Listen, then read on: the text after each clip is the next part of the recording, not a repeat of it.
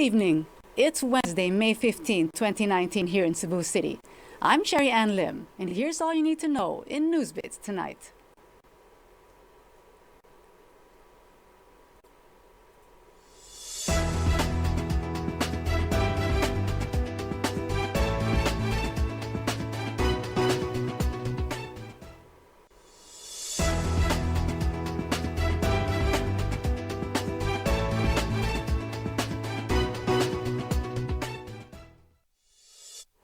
Cebu City Mayor-elect Edgardo Labella says he will meet the new members of the BOPK-dominated City Council and the police force once he assumes office on June 30. Here's Nico Tubo for the details.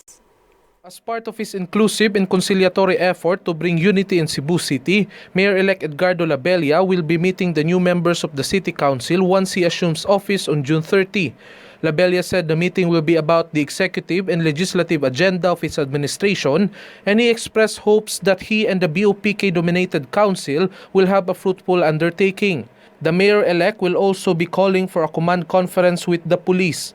He added that he will need the help of the legislative department as he plans to execute a deed of donation whenever the city gives vehicles to the police and barangays.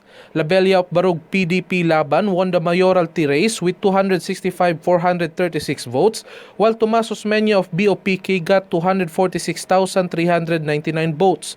Meanwhile, Michael Rama was elected as vice mayor with 261,381 votes, edging Marian de los Santos, who got 234,615 votes. Labella said he is willing to work with Osmeña on matters concerning the South Road properties and his allies in the barangays. Nico Tubo, NewsBits Tonight.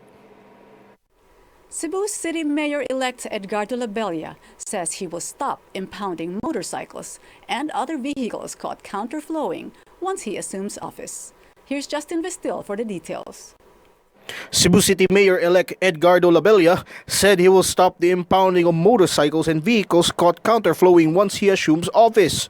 Labella said he will create an executive order penalizing motorists caught counterflowing, but he will align it on the Cebu City Traffic Code. This includes issuance of citation tickets or temporary operator's permit or TOP, where the penalty is not less than 1,000 pesos. Labella said impounding of motorcycles and vehicles is anti-poor. However, he emphasized that counterflowing is dangerous, hence imposing the law efficiently is important. Outgoing Cebu City Mayor Tomas Osmeña signed Executive Order 34 last February 2018, where vehicles and motorcycles caught counterflowing will be impounded for 30 days. Based on the records of the Cebu City Transportation Office last February, around 8,000 were apprehended, 90% of which are motorcycles. Justin Vestil, NewsBits Tonight. NewsBits Tonight will be back after this short break.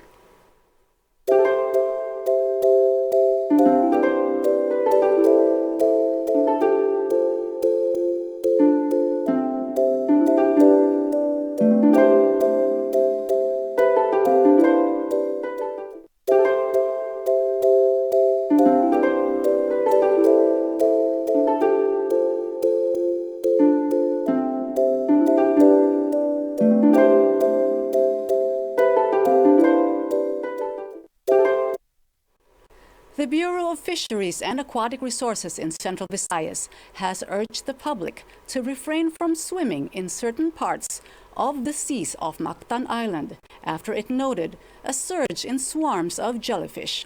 Here's Chari Coronel for the details. Bureau of Fisheries and Aquatic Resources, or BFAR, in Central Visayas said it received reports that other parts of Cebu are now affected by jellyfish. Over the weekend, several Facebook users posted photos of the swarm of jellyfish off Barangay Marigondon and other parts of Mactan Island, Ulango Island, and Hilutungan Island. But BFAR Central Visayas has not yet received reports of people getting stung by jellyfish. Regional Director Alfeo Piloton said it is normal for jellyfish to reproduce during the summer season and most of its species are venomous. Meanwhile, the Lapu-Lapu City Disaster Risk Reduction Management Office advised the tourist boatmen to double-check the area first before letting their guests swim in the sea. Andy Birami, chief of the Lapu-Lapu City Disaster Office, said tourists should wear rash guard that will cover their entire body as protection against the jellyfish sting. Birami added the emergence of the jellyfish affected the water activities in Mactan but not in an alarming rate. BIFAR advised the public that in case they're stung by a jellyfish, they must apply vinegar or oil on the affected skin before going to the hospital. Chari Coronel, NewsBits Tonight. Here's the latest in sports with Nico Tubo.